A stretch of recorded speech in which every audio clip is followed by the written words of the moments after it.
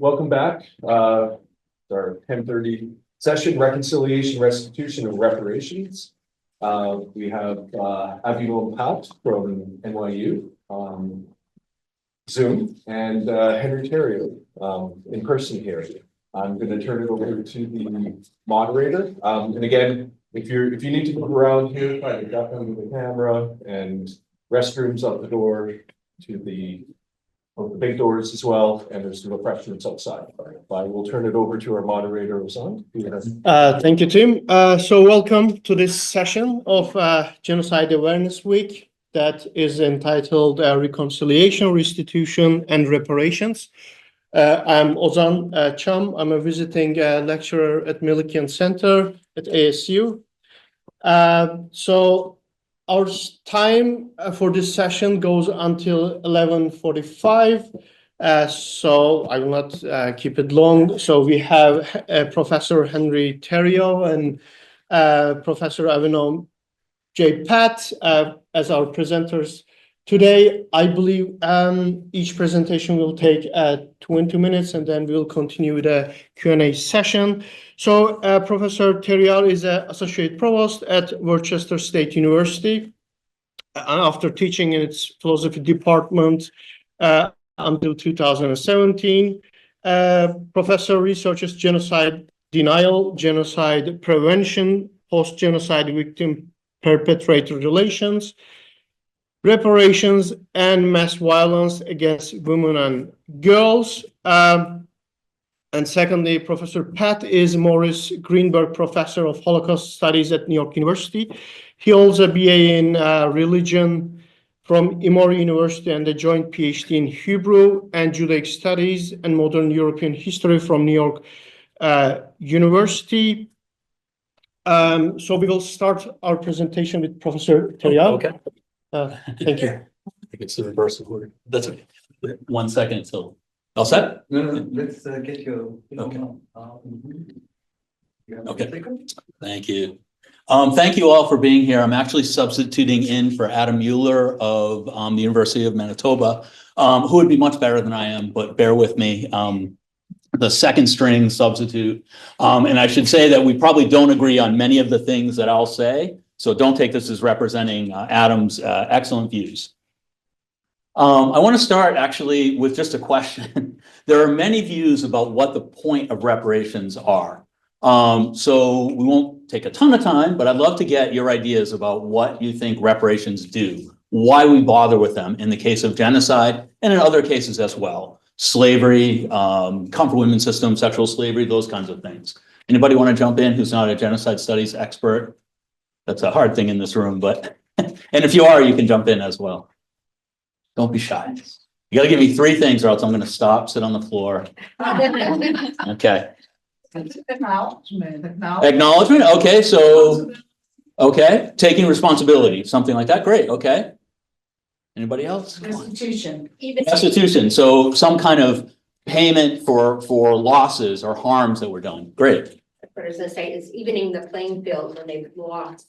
Yeah, and you could even say that's sort of an Aristotelian way of doing things where things have been knocked out of balance and you're trying to return the balance. You're trying to get back to how things, you can never get back to how things were, but at least try to push back in the right direction. So these are all great reasons and certainly part of what I, would subscribe to. But I would say that one of the things when we talk about reparations is it's typically very muddled in how people approach it. They're not always clear. We don't start with asking, what's the point?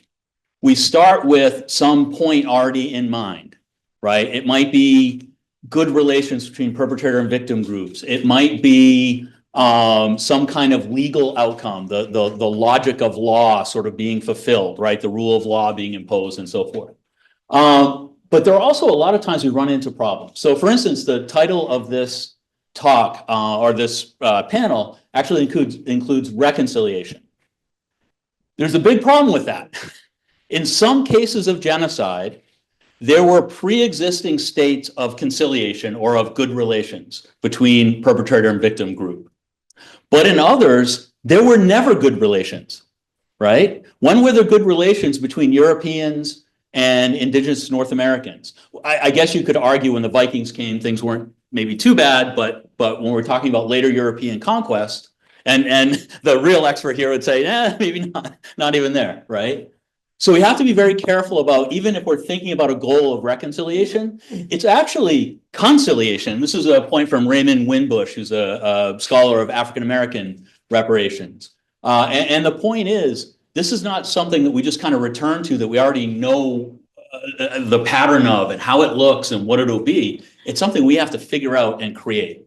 Another thing is, and this goes back to that Aristotelian approach, some people think of it as return to the status quo ante. So there's the world floating along, a genocide happens, it messes up the world somehow, and then we're going to try to get the world sort of back to how it was. This is a bad thing to say, but I'm going to call this the Jean-Claude Van Damme 1994 time cop approach, where, and it's every Bond movie, every kind of movie like this, Hollywood movie, whatever, they always start by having things seem like they're okay. Then there's some world dominating figure or some time travel horror that's going to happen. The hero saves everything and we go back to the original world that we were in. And we never ask whether that world was a good world or not, whether it was just or not, whether it actually produced the problems that we're seeing rather than those just being an aberration. So we have to be very careful about what the idea of return rather than the idea of future looking change. And sometimes it's just naivete in some sense, but I think sometimes it's also used, for instance, by Jeremy Waldron as a straw man that undermines quests for reparations. He does in the case of Maori in New Zealand, where he says, well, we can't get back to how things were, so we should basically do anything. And then he goes into some things about gambling and lotteries and so forth that we don't need to get into. South Africa. Oh, they did. So I will, a colleague of mine, friend and colleague, Dennis Brutus, who was a poet and South African human rights activist, I think was really good on this. And the successor of Desmond Tutu, who is Archbishop Ndingani, also had this view that the TRC really did not fulfill the third component, which was reparations. It got to the point, and actually, I'm sorry, I'm going to take a footnote, but I will do this. Going back to the 90s and early 2000s, what actually happened was South African states, it's a little bit like the case of Haiti, you know, paying reparations to France. South Africa had a $40 billion debt when apartheid ended. 20 billion of that was for pensions for the Afrikaners who had imposed apartheid and been killing people and so forth and torturing them. And the other 20 million was for arms deals that were made by the apartheid government. And they were on the hook for that. And that was debilitating. So it was reverse reparations. It was horrible. So this is my answer. If we're really talking about reparations, what genocide does, whether immediately or in the long term, is, and we know it aims at this, but it really does do this. It destroys groups. Right? That's the whole point. That's why we talk about, that's why it's so bad.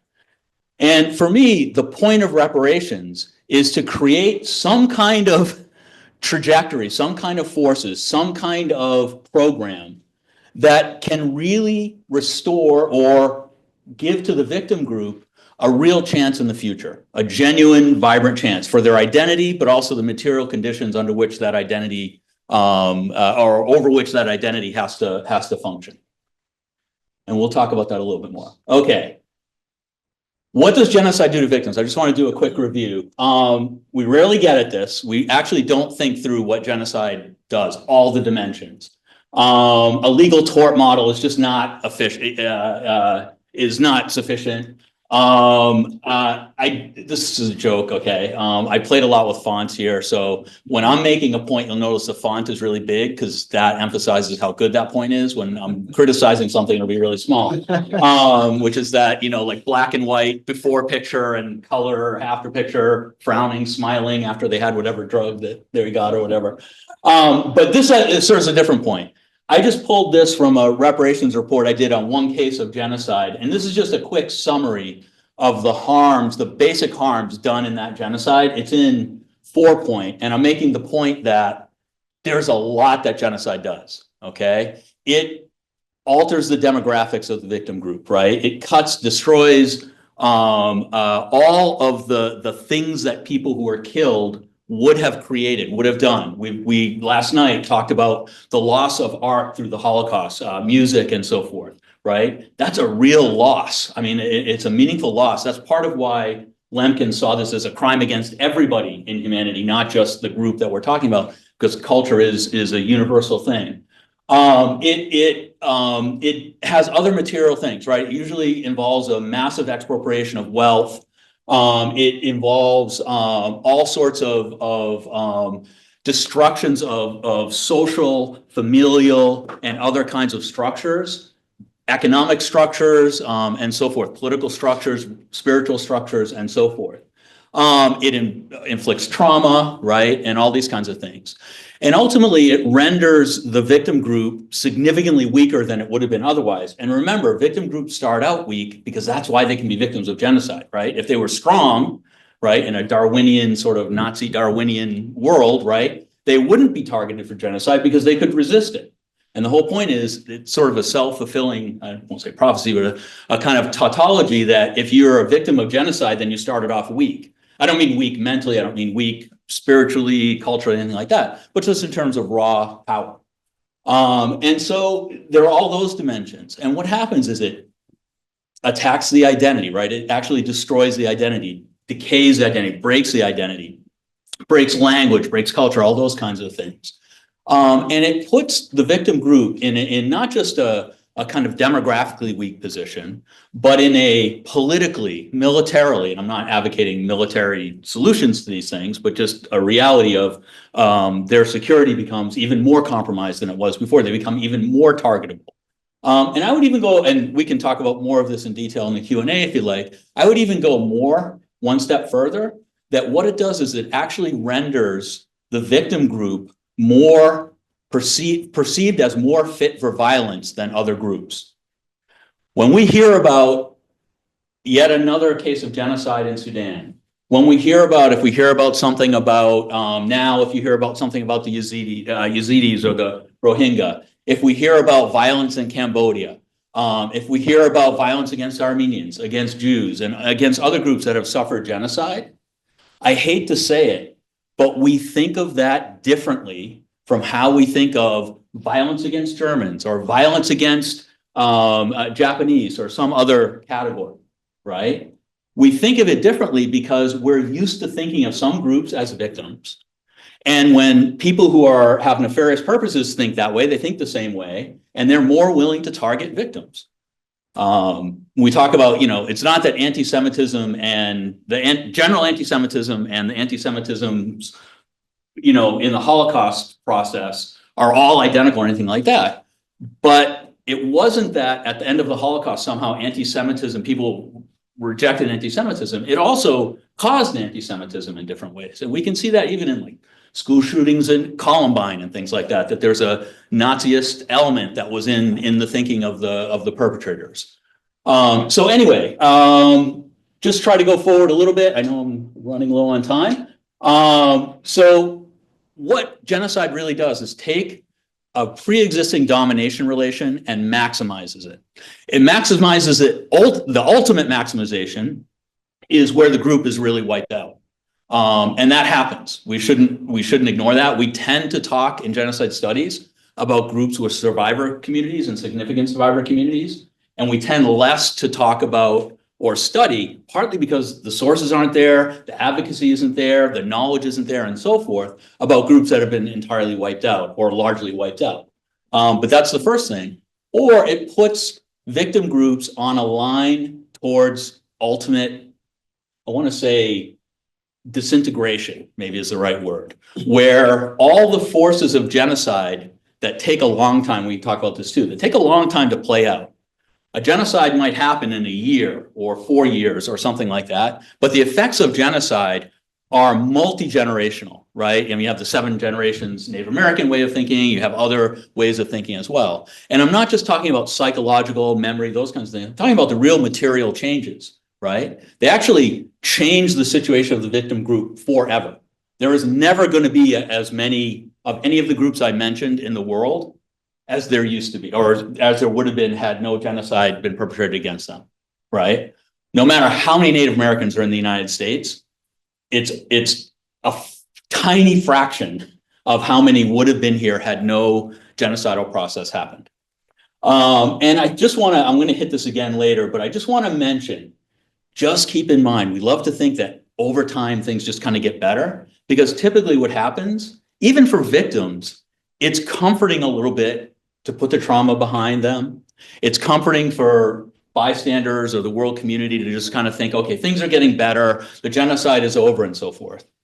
But really it's the opposite. The more time that goes by, the worse victim groups fare. And we've had discussions actually, particularly about Native Americans in the United States yesterday, that really confirmed that, right? When you start talking about a 55-year life expectancy for some groups, which is more than 20 years under the US, that's an effect of genocide. I mean, it may have other factors in there, we can talk about that, but that's an effect of genocide. When you talk about internal violence in a community, we know that's an effect of genocide, right? It's easy to figure that out. And we've seen this again and again. Think of Bangladesh as a case. Very peaceful society before the 1971 genocide. And after that, the level of violence within the society, just not genocidal, not interethnic, whatever, but just sort of general violence, right? You suddenly have on universities, students groups, you know, like you're the chess club, and then you're fighting with the checkers club, and you're armed and shooting each other, things like that. That's the kind of thing that starts. That's not a real example, but it's the idea where people become, you know, student groups and others become more violent because of the experience of genocide. Not a cycles of violence thing. It just introduces a lot of trauma and a lot of sort of internal destabilization. Okay, so really we need to understand that genocide is a profound negative material transformation of the condition of the victim group and the perpetrator group in a positive way, positive in quotes there, but also of the world. It changes the world in a fundamental way. And when we have what I'll call sort of overarching processes of genocide, or that involve genocide, they can involve slavery, they can involve other things as well, things like colonialism and so forth. That transformation is actually touching all over the world, right? It, you know, 80% of the globe under European colonialism and so forth. Okay, how am I doing on time, should I ask? If you say 4 minutes, I guess 7 more minutes. 7, okay, I might be able to do this. All right. What is not enough in the case of reparations? The first thing I'm going to say is a discursive transformation isn't enough. Words are not enough. People agreeing to a common history is not enough, the so-called shared history. People having a dialogue and feeling good after it is not enough. And always remember in these situations, the power differential. A dialogue between unequal partners at best preserves the inequality. Okay, it rarely, unless active things are done to give power to the victims, it rarely results in anything, any meaningful change. But victims are often in the circumstance where they feel like they have no choice because of the power that's against them and the real existential threat that they face. Ending denial is not reparative. Denial is its own harm. And we get into the whole thing, denial is last stage of genocide, whatever, I don't want to get into that. Denial is separate from the actual destruction of a genocide, although denial is part of genocide at every stage. So just because we end denial doesn't mean we've solved anything. All we've done is sort of cleared the field to start to look at what actually happened in the case of genocide. That might signal a positive change in the perpetrator group that can be the basis of some real change relative to the genocide itself, but that's not the same thing. But more importantly, reinsertion into the sort of same old political, economic, and military order that was the condition of genocide in the first place is not helpful either. Right. So I'm a big, I shouldn't say opponent, I'm fine with them, but I don't think they solve much. Individual reparations. Okay. I'm of Armenian descent. If I suddenly got reparations for the Armenian genocide, a check for $20,000 from New York Life or the Turkish government or whatever, okay, I could put a down payment on a cup of coffee or a dozen eggs or whatever it is, right? But that's just an individual thing, right? It might make my life a little bit better, but it's not necessarily going to do anything for my community. It's not going to change the impact on my identity, on my group as a whole, right? But we tend to think that that's what repair is, right? And it's a very dangerous game. If you actually look at the way in which, and this is a point by Steve Russell, or an elaboration on something Steve Russell, who's a Native American trial court judge down in Texas, made, and when he was looking at the way in which policies of the U.S. government to force individual ownership on Native American communities of formerly communal land actually led to the destruction of those communities and the sale of land to whites. It's the whole process of that, right? So when you individuate, you're actually furthering the process of genocide. And I think reparations can have that effect because they actually don't promote community and they don't promote the identity cohesion that is at stake. And I'm going to say this actually, and this would take probably a whole other panel, but Marianne Hirsch yesterday said that that she saw a big causal factor, and maybe the causal factor, in Israeli violence in Gaza as a function of the manipulation of Holocaust memory, right? And I'm not saying that kind of manipulation doesn't happen. It happens in every group. Every kind of memory can be manipulated. But you really have to look, and I'm not excusing Israel or taking one position right here on that, but you have to really look at the conditions under which we supposedly repaired the damage of the Holocaust, which we have never really addressed, right? I would say Europe is largely Jewish free, right? Which was the goal of the Nazis, not entirely, but largely, right? We have all sorts of anti-Semitism in Europe today that was not addressed through reparations of the Holocaust. And so when we start to think about what actually produces violence in the future, if you want to figure out how people become perpetrators or groups become perpetrators, the cycles of violence thing just doesn't work for me, and we can talk about that as well, because if you look historically, it's not really that accurate. I mean, some groups become perpetrators, some groups don't. And there's no, it doesn't seem to correlate to an experience of genocide, because we tend not to look at the negative and positive cases where genocide isn't present, because a lot of non-genocide victims become perpetrators as well, probably at a higher rate than genocide victims. So the victimization doesn't seem to be the key. But it's being within an economic, political, military, and so forth order that valorizes power, right, and domination, and in which, face it or not, and we've had these discussions about genocide education, we have not done a lot even since Lemkin in dealing with, in changing. So I just, because I mentioned Israel and Gaza, and I am on record in different ways publicly, I just want to make sure that we're clear. I'm not representing Arizona State. I'm not representing Worcester State, my home institution, anything like that. But I think it's important to talk about these issues. And I do want to make mention, we're looking at cases, a lot of stuff in the United States today. Just a little side note, footnote. It is very easy when we read things about the Holocaust and read about Martin Luther King, we read about any case of genocide. Oh, I would have helped Jews. I would have stood up to, the white supremacists in Alabama. I would have marched with Martin Luther King and so forth. I'm going to be very political here. We're in a moment where you get to show it. And there's a lot of fear in higher ed about consequences of even saying stuff like I'm saying. But we got to say it. Like, if we stop saying it, we've lost. Doesn't mean there aren't consequences. They are what they are. But it does mean that we have to be willing, especially as genocide scholars, to say what we need to say.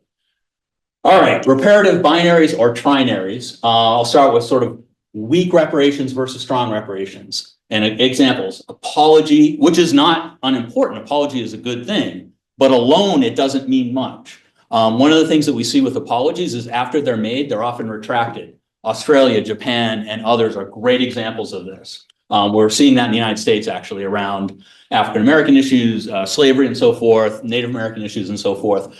Governments change, apologies get rescinded. Versus land reparations, which are tangible material and actually change the conditions of the victims. Restitution, we talked about that, payments and things like that. Versus real transformation, economic transformation, a real different kind of security for the victim community. And what I would say is more on the trinary, disingenuously weak reparations, which are typically attempts to avoid more substantive reparations, an apology that doesn't have any consequences, so forth. Sincere but weak, right? So efforts at, cultural representation, think of Australia, with its representation of indigenous peoples in every art museum, in every public space, and so forth, right? That's a reparative move. It's just not adequate. The conditions of Aboriginal people is still terrible in Australia. Versus strong, which I'm going to get to. And again, apology, this is the example, apology that doesn't lead to anything versus social inclusion and respect, again, that Australia model, maybe the Canadian model too, versus real material, and I would say transmaterial because I don't like the word symbolic, because I think things like apology, things like education, things like cultural change and representation are more than just symbolic. They actually change how people think, they change how the world works, but they're different from the material conditions that are necessary to make them meaningful. All right, so these are just some debilitating conditions where I have like 2 minutes, 2 minutes. Okay, yeah. You're the best, thank you. I'm going to owe reparations for my time here. So just quickly, time heals all wounds. We love 19th century progressivism. Everything's always getting better. It's not. Things get better and worse in history, and it's what we do that makes things get better and worse. There's nothing automatic about the process. End of denial is reparative. Peace is never a continuation of genocide, or better, peaceful conditions never mask or enable a continuation of the genocidal process. We have to be really clear. When it's coerced peace, for the victim group, when it's coerced quiescence, that's not helping them. That's just preserving them in a weakened and vulnerable state for renewed violence later on. And unfortunately, we're seeing in recent years, we heard about it with Sudan yesterday, seen it in the case of Armenians, we've seen it in a lot of other cases where renewed violence happens over time. We cannot repair everything, so we shouldn't repair anything, right? Which you hear a lot as a kind of cop-out. And as I mentioned before, victims are just as awful as perpetrators' cycle of violence. And the example I'd like to give is if we think about, and I used to, my students in like genocide studies classes and other classes, I would say, okay, if you even take like Ward Churchill's idea that half of the continental United States by legally binding treaties is Native American territory, the only reason it's US territory is we've broken those treaties. So if we actually enforced US law, half of the United States would have to go back to indigenous people. That's just a legal thing. We can talk about the whole thing, and that's another issue. But just if you use US law, our own principles. When you say that to a typical person in the United States, they freak out. Okay, I'm going to say it that way. It's like you have said the most evil, inconceivable thing. And there's an imagination thing that actually over time can change. Part of the reason for that is that we think, okay, I'm a white guy in the US, we think if Native Americans get control of that much land, they're going to kick us into the ocean, or they're going to do to us what we did to them. There are cases where Native Americans, use violence and so forth. I'm not saying that isn't true, but if you look at the overall pattern of Native American responses to European incursions, it was much more complicated. And the notions of land exclusivity didn't exist for many groups the way that they do for Western Europeans. John Locke, either we have the land or you have the land, that's it. It's very different when you don't think you own the land that you're on and nobody owns that land, right? You start to think much differently. So there's a lot of possibilities that we tend not to think about because we get so locked into the perpetrator's framework. And I'll just end, okay, I will just end here as best I can. Reparations need to do a lot more than work at the surface, okay? If we're talking about returning to a status quo ante, right? I don't think that's the world that produces genocide regularly. Can you think of a year? I don't think I can think of a year since I've been alive, and I've been alive for a while, where there hasn't been some action of an existing or new genocide in that year. I don't think I can think of it. I don't think I can find it. We produce genocide all the time. The global order, this isn't a mistake. This is a whole other book probably, but the idea of how genocide is produced by the status quo that we have, we need to start changing the status quo. We need to start thinking much more deeply about what it means to deal with genocide. That repair is not a kind of Band-Aid where we fix some small thing. Got it. But it is something where we actually have to change the conditions of the world so that the victim group can actually have a chance at viability, not recovery, full recovery, but viability. I will wrap up there, and maybe we'll have time later for questions.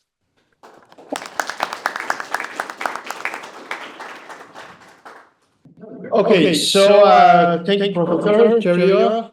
Now we will continue with Professor Avinoam J. Patt.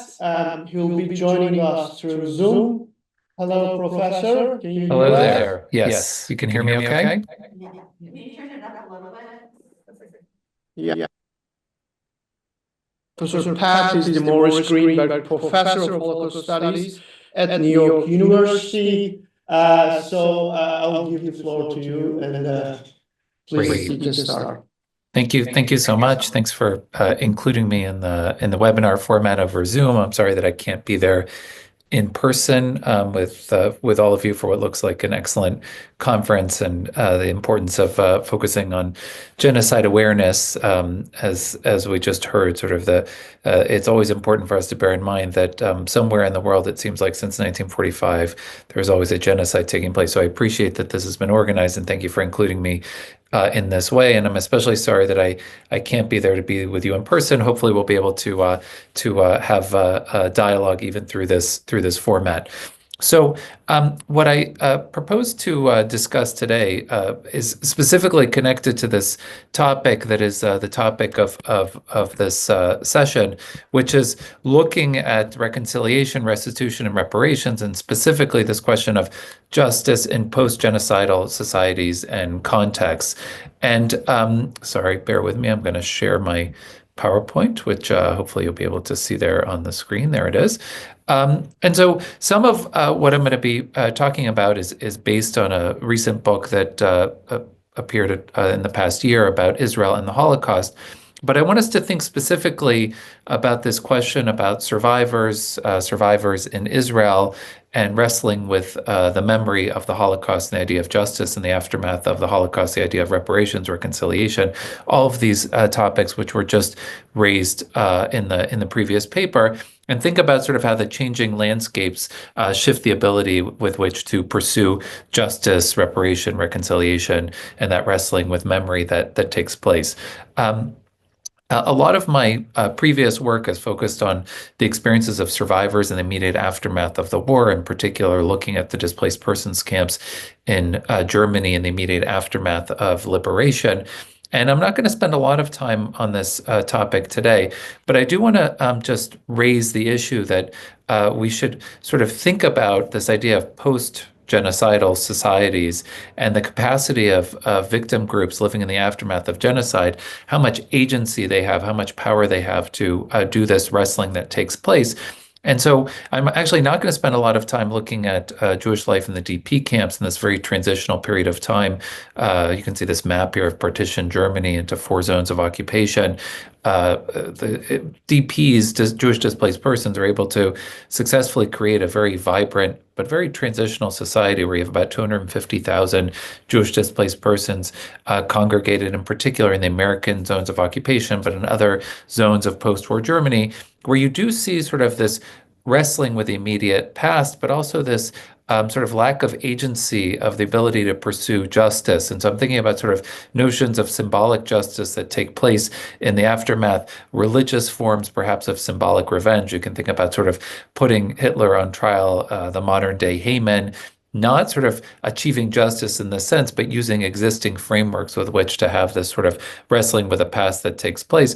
Or the ways in which testimonies would have been collected by the historical commissions to begin the process of documentation where people offer testimonies and bear witness to a certain extent. But again, in this process of sort of collecting, recording memories, fulfilling certain obligations to collect and record to those who are not there, collecting the evidence of the genocide that has recently taken place in this moment in time where you have over 200,000 Jews concentrated in the American zone of occupation in Germany, sort of this appeal, while we are still here, while this memory is fresh in your minds, fulfill your obligation to remember what has happened, an obligation that is both a Jewish religious imperative, but one that is also significant and required for documentation for historical purposes.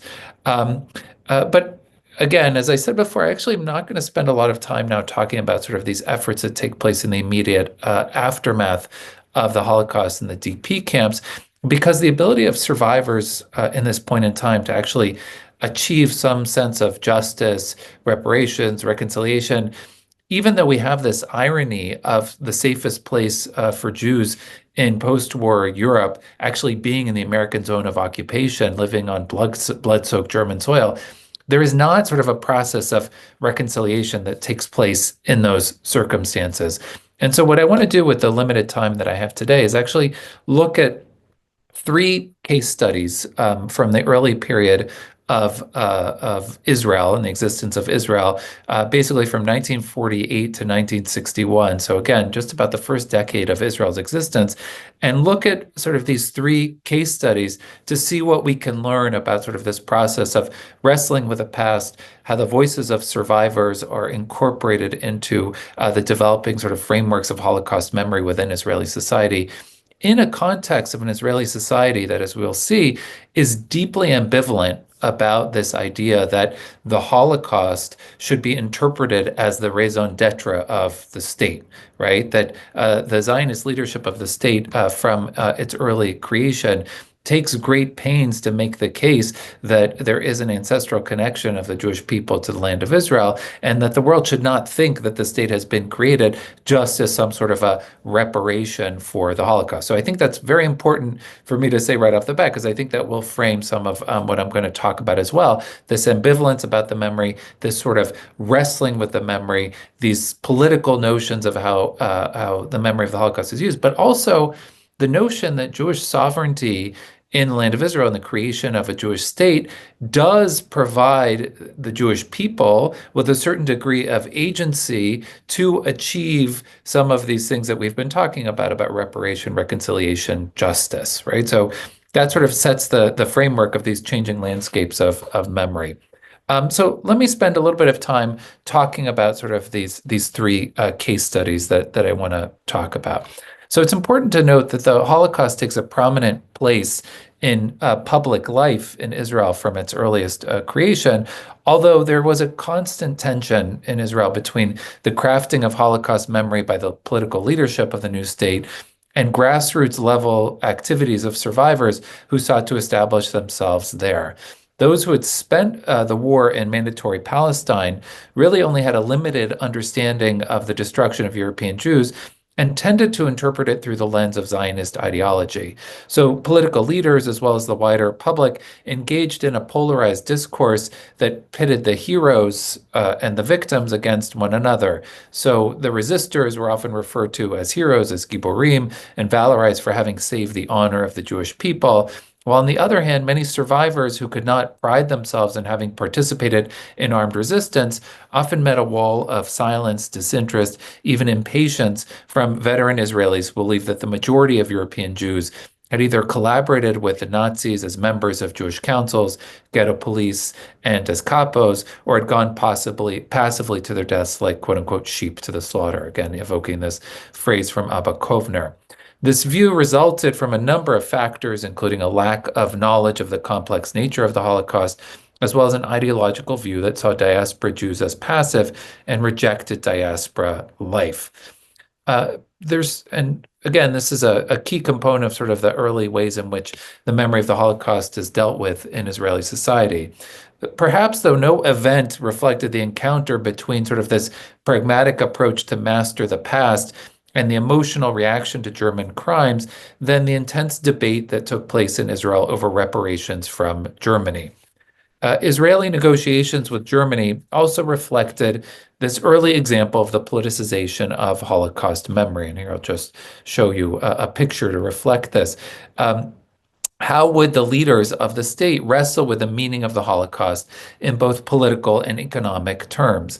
Now, the scene is that it's the aftermath of the 1948 war. Hundreds of thousands of immigrants are being absorbed from Europe, from the Middle East, from North Africa. Close to 500,000 Holocaust survivors end up in Israel by 1960. And in this situation, Israel is on its knees economically. So in these circumstances, David Ben-Gurion turns to West Germany to secure money to help the absorption process. Critics of negotiations with Germany argue that any money received from Germany was quote unquote blood money intended as an expiation for their crimes. Such was the accusation that was hurled at the government by opposition parties led by Menachem Begin's right-wing Cherut party, the predecessor to today's Likud, when proposed reparations were brought to Israel's Knesset, Israel's parliament, in 1952. There's an issue of the movement newspaper in January of 1952 that says, "Remember what Amalek has done unto you," and crowds calling upon Israelis to take their anger into the streets. They label the negotiators as traitors and include pictures of murdered Jews to remind readers that there could be no reparations for the dead. As the Knesset gathered on January 8th, 1952, to debate the proposed agreement, Menachem Begin, the head of the Cherut party, engineers a riot in which over 100 policemen and civilians were injured. And you can see here a picture of another demonstration in which Begin is addressing crowds in Jerusalem saying, "Let us erase the shame. Our blood will not be sold for money," essentially, or our honor will not be sold for money. Nonetheless, the government decides to enter into negotiations with West Germany, which in the context of the Cold War was eager to enter the Western Bloc of nations. And ultimately, on September 10th, 1952, the negotiating representatives signed the agreement in Luxembourg. You can see here Moshe Sharet as representative of the Israeli foreign minister, Nachum Goldman representing the Jewish Agency and the World Jewish Congress. And again, I point this out because there is a discussion at the time over, can the state of Israel speak on behalf of all Jews worldwide? Or is there an entity like the World Jewish Congress that will represent the interests of the Jewish people? The state of Israel represents the interests of the state of Israel. And Germany, actually, in this case, West Germany represents the interests of West Germany, not East Germany. Nonetheless, at the agreement that is signed in 1952, West Germany commits to supply the state of Israel with goods and services valuing 3.5 billion marks over a period of 12 years. Germany also assures personal reparations to victims and the return of stolen property. And against the fierce protests of large segments of the population, the Israeli government makes the pragmatic decision that the Jewish people are better served by building the infrastructure of its state rather than letting the past stand in its way. And again, for Konrad Adenauer, this idea of making good again, while not popular with German politicians and the German public, offered a path towards joining the West while collectively atoning for the sins of the recent German past. So again, this is 1952. The state is created in 1948. And within this context, it's important to point out that in the first decade of statehood, Israeli lawmakers also sought to cement and ritualize Holocaust discourse through laws which sought to demonstrate that the new Jew in the state of Israel had mastered the diaspora past. So in April of 1951, the Knesset passes a resolution to establish what was at the time called Yom HaZikaron LaShoah v'Merd HaGetaot, literally Holocaust and Ghetto Revolt Memorial Day, to be held on the 27th day of Nisan. Which was timed essentially to coincide with the timing of the Warsaw Ghetto Uprising, but was not on April 19th, which was the date that the uprising broke out, but this was a secular date, so they wanted to have a Jewish date. But the Jewish date that the uprising broke out was actually the first night of Passover, and so the compromise date was the 27th of Nisan, 2 weeks later, while the uprising was still going on, but was a date that was open on the Jewish calendar. But by placing Yom HaShoah, Israel's Holocaust Remembrance Day, 1 week before Israel's Memorial Day, Yom HaZikaron, which commemorated fallen soldiers, and then leading into Independence Day, the state essentially established a commemorative calendar that would enshrine a national narrative arc leading from destruction to war and finally to national rebirth. And in April of 1953, the Knesset names the day Yom HaShoah VaGvura, the day of the destruction and of heroism or bravery. In April of 1959, they prescribed the specific ritual of the sirens and stopping all work and traffic and commemorative radio programs on that throughout the day. So I just want to spend a few minutes now talking about sort of the legal realm. So we've talked about memorial functions, we've talked about sort of the issue of reparations. I just want to spend a few minutes talking about the legal realm, because what's interesting is that in the early years of the state, the legal realm provides a public space in which state-sponsored official modes of addressing the Holocaust and the sort of grassroots level counterparts converge. And the Knesset, Israel's parliament, passes a Nazi and Nazi collaborators punishment law in 1950, which is intended to prosecute Nazi war criminals and this is important, specifically Jews who allegedly had helped Nazis in their genocide as Jewish council members, Jewish police, and as capos. And this law, we can see, also reflected a misguided perception that many Jews had survived through collaboration without acknowledging that the Nazi regime had made its victims accomplices. And between 1950 and 1973, Israeli courts tried 40 survivors for collaboration under this law. And though it was not based on this specific law, the so-called Kastner affair in 1954, we can also see as an expression of deep controversy over collaboration. In case folks are not familiar with the details of this case, I'll just lay out in broad strokes. Malkiel Grunwald was a Jewish man originally from Hungary who was living in Israel. And he charged that through negotiations with Adolf Eichmann and Kurt Becher of the SS, the prominent Hungarian Jewish Zionist leader Rudolf Kastner, who had negotiated with Eichmann and Becher of the SS to exchange Hungarian Jewish lives in exchange for military hardware and trucks, that he had personally benefited from these negotiations and had participated in the destruction of Hungarian Jewry. Grunwald, who had lost most of his family in Hungary, sought to expose what he saw as Kastner's crimes and to denounce the governing Socialist Zionist, Labor Zionist Party.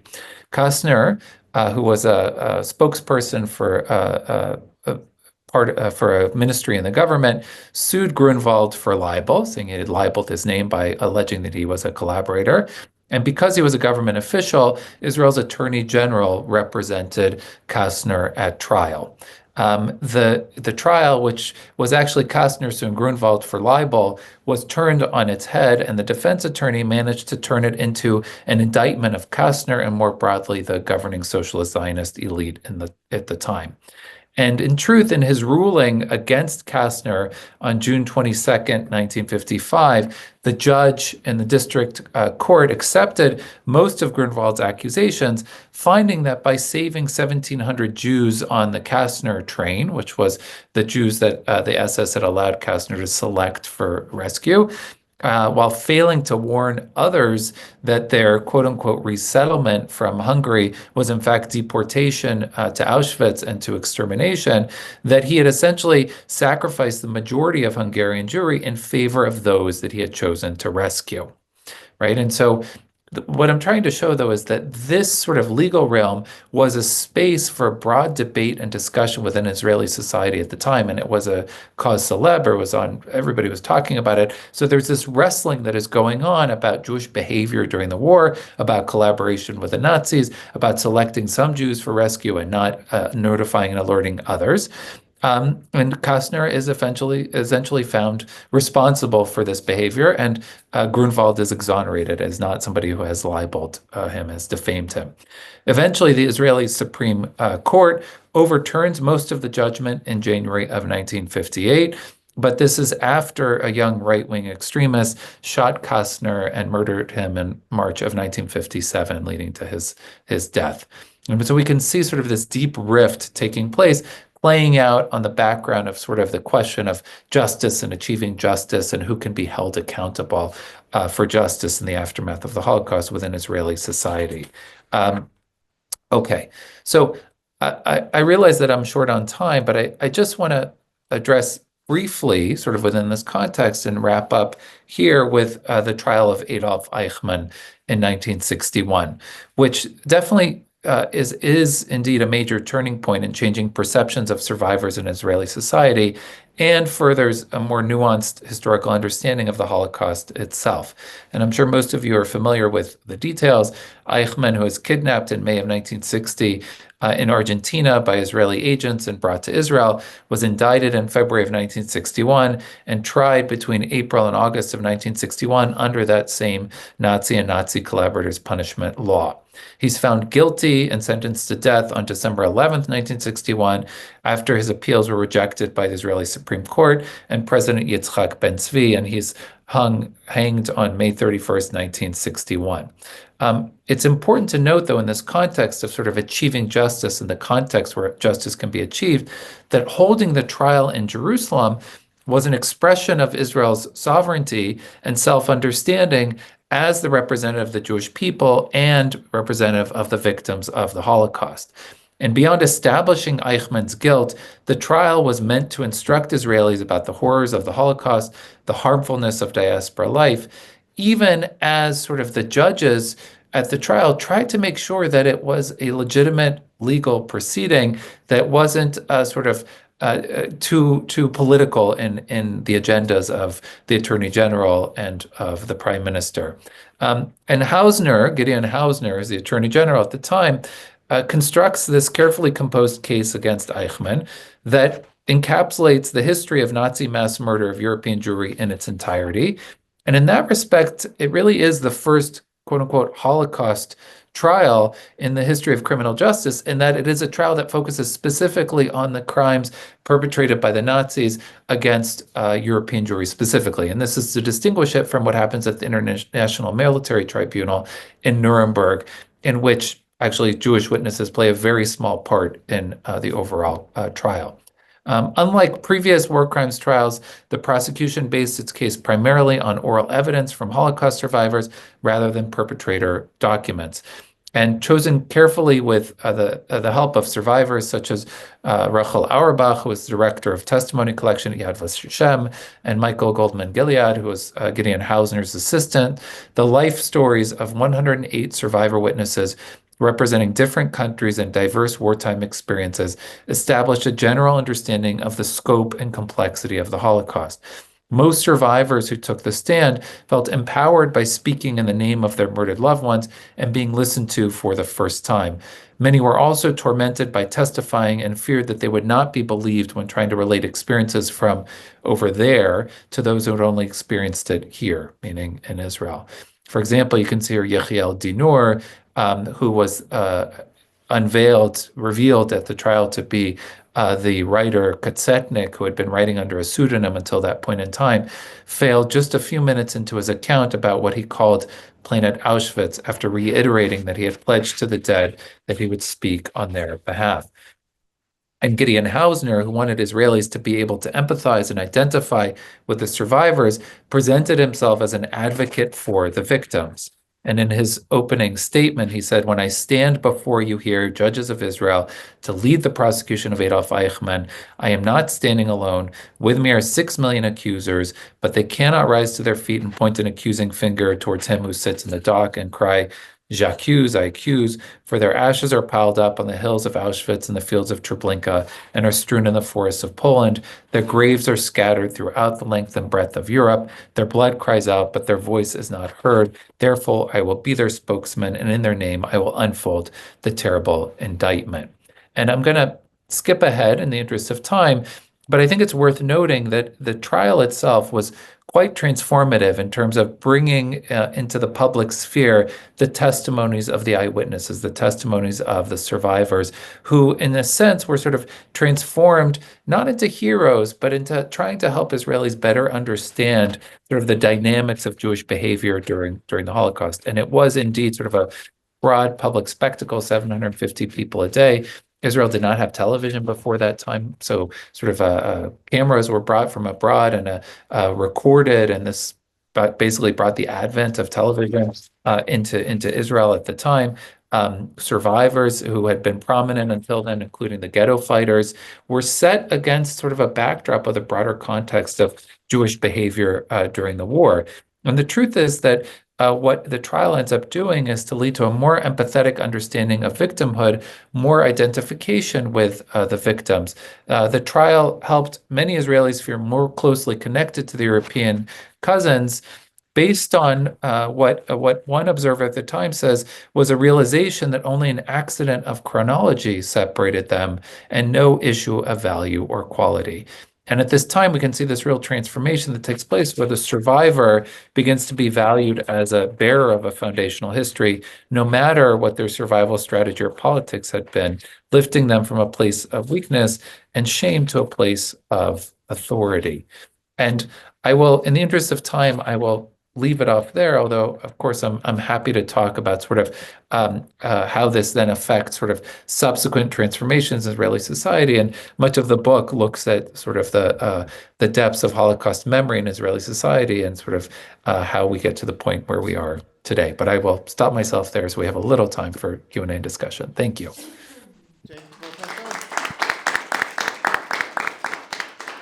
So we have 15 minutes for the questions, so I suggest to start right away. Who'd like to? I've got it. Can you talk about Germany, the Claims Conference, and how that all works? Yeah, it's a little out of my expertise. So I do a little bit on specific cases, but not that one. But I do think the whole question of was Israel a reparative mechanism or not versus the other more, I mean, state to state, but they were material reparations, they were financial payments and things like that. And there's a whole, and the blood money question is a real question in more complicated ways sometimes than we think, because it also has to do with bad impacts on the victims, not just a kind of moral question, because as I said before, sometimes those kinds of reparations can undermine or not serve the real needs of a community. But I would say I understand a position of certain people within the government of Israel or the Israeli political scene not to have Israel as just an outgrowth of the Holocaust, right? Because then you're defining a whole state as a response to this horrific tragedy or this horrific act of violence or acts of violence. But at the same time, it is true that was part of the motivation. I mean, if you look at the world community, that was part of the motivation. Without the Holocaust, I don't think you would have seen Israel and many other places get independence. We have a later anti-colonial movement, but it's different from that. So I would say in that sense, we do want to think about it. And what's one function of Israel is to provide a place for Jews that is buttressed from, global, I mean, not entirely, of course, but from the kind of integrated anti-Semitism that was the sort of norm in Europe, for instance, and in other places. So I would say that, but I can't say more because I'm not an expert on the details of those negotiations. My question for you made the argument during your presentation that the optimal method of reparations is investment into infrastructure, economy, society. How would you quantify the reparations in total? Would you say it's equal to the losses? Would you say it's greater? How would you? So on the one hand, I'm a scholar, and on the other hand, I'm involved in sort of anti-genocide and post-genocide. I don't know what you call it. I don't want to say activism. I mean, it's activism, but it's also work in trying to get things to change in the world. And I don't think I think they're all part of the same package.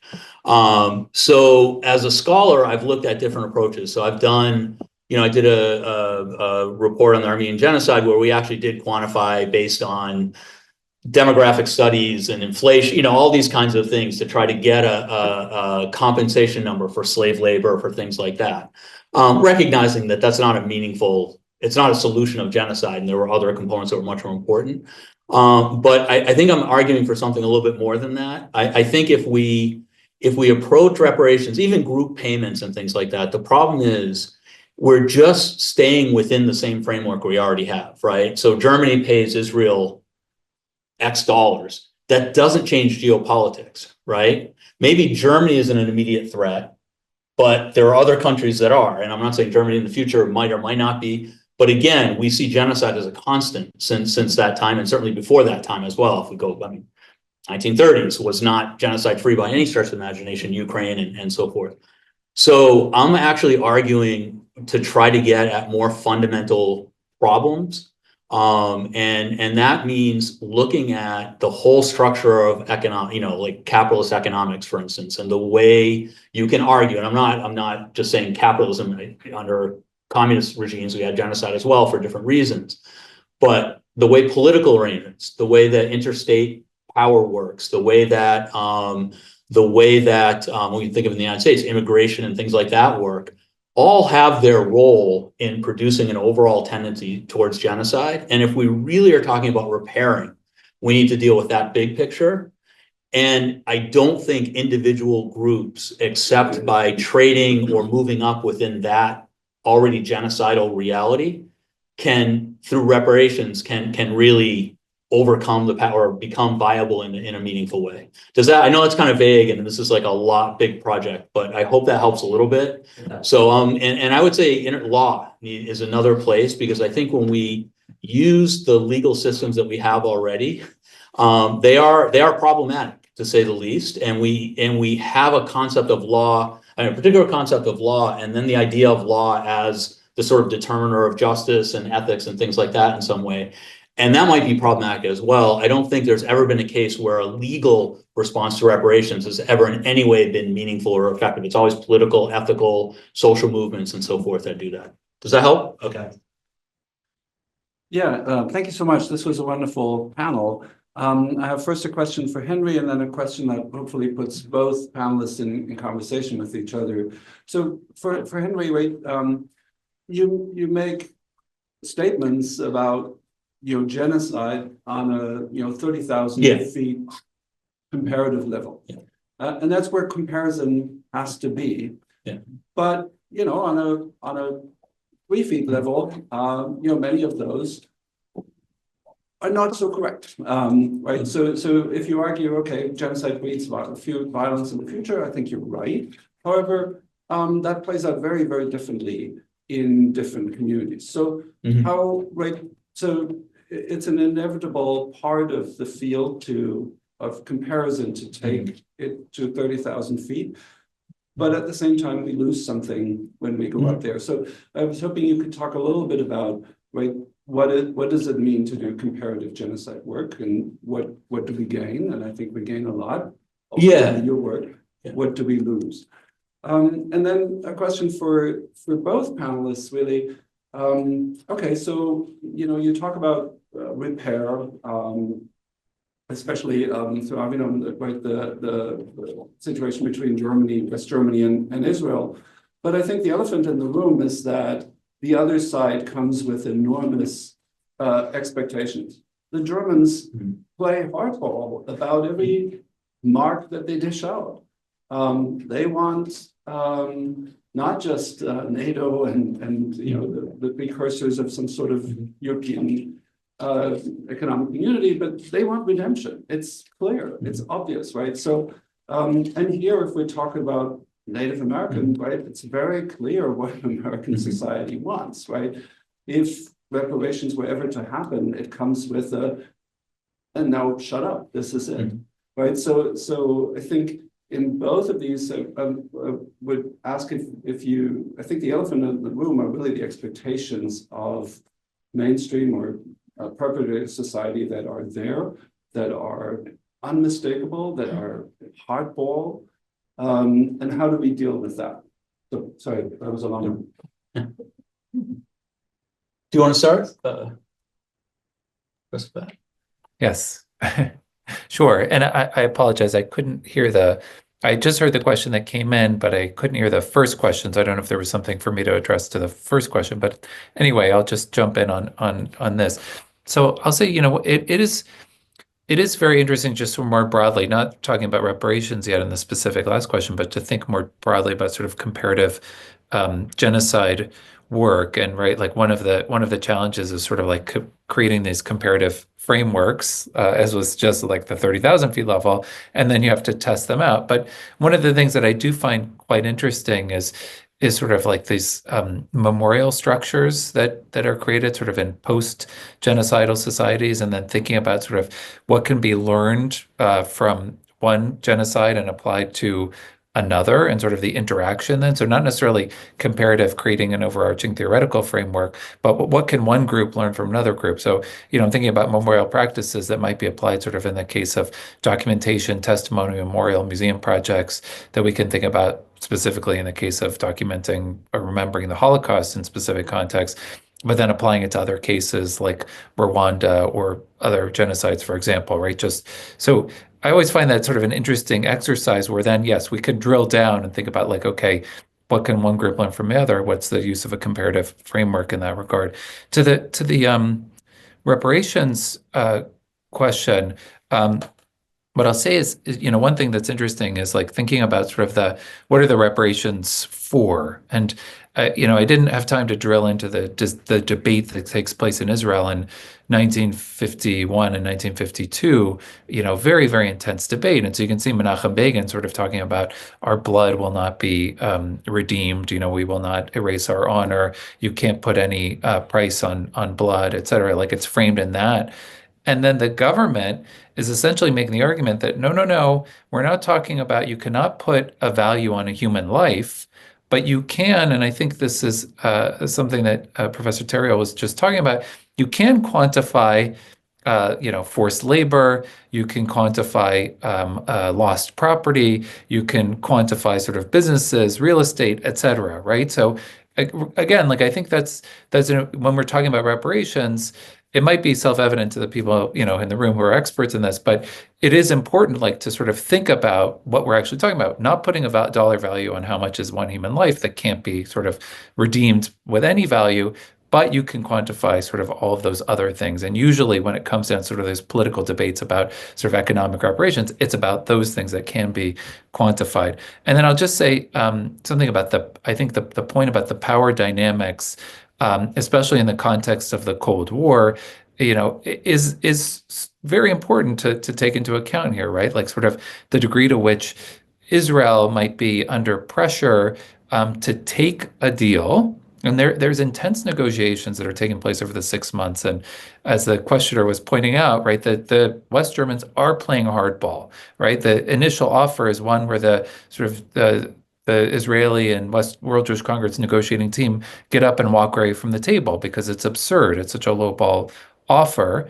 And yet there is this pressure because it's not just sort of the Americans and the Cold War dynamics and pressure to reintegrate West Germany into the family of nations and become sort of part of the anti-Soviet alliance, but it's also, if that's going to happen anyway, right? If the Americans are going to sort of, have invested this much with the Marshall Plan, are going to help them build up, if that's going to happen anyway, then if you don't take the deal, there will never be a deal, right? So that's like another part of, and so I think the point about we have to take into account just the power differential and the power dynamics and the extreme distinction there that is an important part of the context. Sorry, Henry, I'll turn it back over. No, that was great. Actually, don't apologize at all. That was really interesting, and thank you.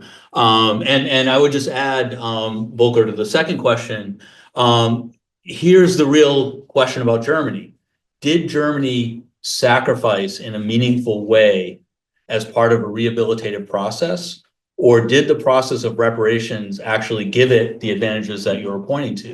And if that's the case, it might be reparations, but it's not reparations in the sense of a real reparative process. And I'm not someone who says, oh, the victim, the perpetrators, I feel bad for them. And I'm not saying that, but I am saying the perpetrators need to go through a process of rehabilitation, and it's very rare.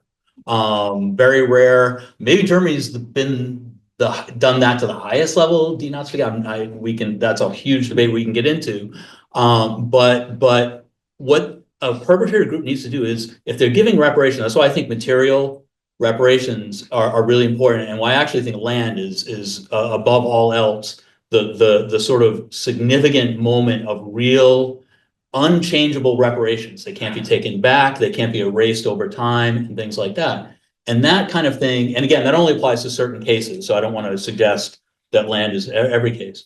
But without a sacrifice of the perpetrator, where they actually change, give up something that was gained through genocide, or give up something because the victims also had to give up something. Now, and remember, it's not just giving back what you took, but it's also you have weakened the victims in a profound way. So you can offer something like that for yourself, right? To kind of give something up yourself, right? So there's another way of thinking of sacrifice. Without a real sacrifice, your attitudes haven't changed. I'm thinking of Kabibi Tembe of the National Coalition of Blacks in America, who was speaking actually at an Armenian event, but was talking about African-American reparations, and said, here's the big problem with how we think about this in the United States and other places. We think about even reparative processes as sort of calming things down. But if you have to calm things down, then the perpetrator group is just hiding the views they already had. If you're afraid of pushing too hard on reparations, you're afraid of pushing Germany too hard in the post-Holocaust era, that means that the genocidal anti-Semitism is still there, and you're trying to negotiate around triggering it again. It means that American racism, I mean, there's no greater sign in the United States about how deeply racist the United States and sexist we are today than the fact that we're being told not to talk about these issues. Because if we weren't racist, we would be happy to talk about. If we didn't have a completely racist society, we'd be happy to talk about these issues because it wouldn't harm us. We would already have gone through that process. So I would say that. Your second question we can talk about in a different way. I didn't mean to say that all harms are the same for different groups. I was using one possible example of intracommunal violence, that can be a result. So I'm going to give the last question to Greg Sarkeesian of the Zorian Institute. I'm going to throw one out that we can talk about at lunch. It's kind of picking up what you're saying.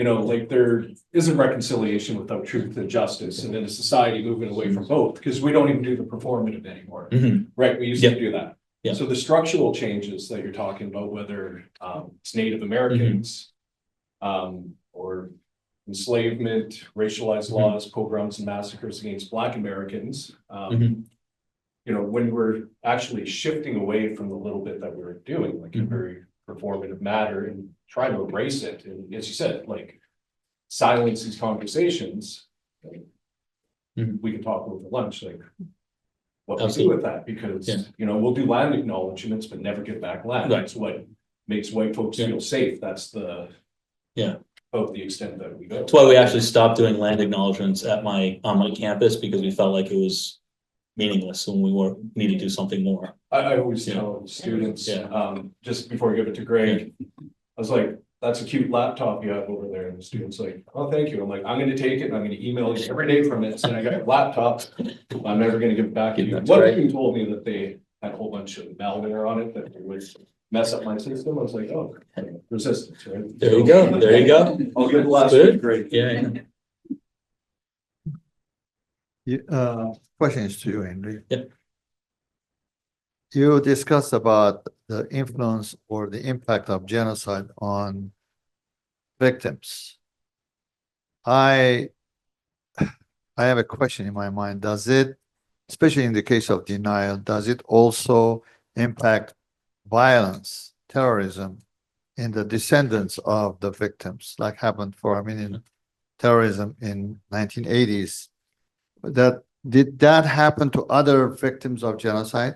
Like, for example, in mid-80s, they killed about 26 innocent diplomats, Turkish diplomats, by Armenian terrorists, as a result of their frustration of denial. Do we have other examples in other genocides? Like, in the case of slavery in the United States, we saw the riots of 80s, Watts riots or riots, or do you see that as a common element to other genocides too? Another lunch conversation. Hopefully you'll be at lunch. But the simple thing I would say to that is we have to be very careful about two things in that kind of formulation. The first is, of course, in any group, there are violent people, right? I mean, I'm of Armenian descent, and there are Armenians I really don't get along with at all. And I'm not saying they're violent, but, populations are complicated. There's bad groups in every group. I mean, it would be racist to assume any group is purely good or purely evil, right? And we know that. So I would not want to paint with a broad brush what one group did as representative of that group. And I don't think you're doing that, but I want to be very careful about that. So I can't speak to the historical realities. I know in some cases, some groups have taken up, you know, sort of armed resistance in different ways. But I think the real question is, what is the perpetrator group and others who may be sort of in sync with the perpetrator group post-genocide doing? And a lot of times that violence, that structural violence, that destructive force is incredibly powerful, but it's also sort of hidden as part of a new status quo. And so that's what I would more focus on. And that's why we start to talk about rehabilitation of perpetrators for their own good, certainly, but also for the good of the victims and for the good of other potential victims and the world generally. I know I sort of sidestepped that, so we'll continue. Yeah, we can have some nice lunch conversations, but I'd be remiss if I didn't let Avinoam, Please. who's generously joining us from Zoom, have the last word if you'd like to respond to these questions. Yeah, no, I'll just say, like, as a historian, I'm always sort of reluctant to ascribe causality to sort of these ideas of intergenerational transmission of trauma, for example, right? Like I think I would want to look to much more specific causal factors that are specific to the time and place, the context. What I will say, though, is that one of the things that's important for us to pay attention to is then the ways in which sort of the memory of the event might play a part in sort of either way in which politicians might use it or in ways in which it's incorporated into an educational system, the ways in which it becomes part of sort of broader collective memory and a sense of identity and understanding, like those. So I guess I just said two opposite things. On the one hand, right, like I don't want to say it's intergenerational transmission of trauma. On the other hand, I think it is interesting to pay attention to the ways in which sort of memory of the genocide, memory of the trauma might play a part in sort of collective identity. But that usually has a lot to do with sort of either educational systems, political systems, the memorial culture, et cetera, that then are mobilized. But they could be mobilized in opposite directions. They could be mobilized in the service of an extreme sort of violent agenda. They could also be mobilized in the service of, as a descendant of a victim of these genocides, I feel a need to promote world peace, right? So they could go in either direction. All right. Thank you, professors. Please join me to give a round of applause to both professors. Okay, well, we're heading into our lunch break. We'll resume at 1:45. And we've got an exciting book discussion by Judge Chili Ibeo Suji, The End of Immunity, Holding World Leaders Accountable for Aggression, Genocide, War Crimes, and Crimes Against Humanity, and also William Chavis joining us from Toronto via Zoom on the International Legal Order's Color Line, Racism, Racial Discrimination, and the Making of International Law. And both of those are brought to us by our partners from Toronto, Canada, the Zorian Institute, who's a valuable partner of ours. And we'll pick up from there and hope to see you at 1:45. Thank you.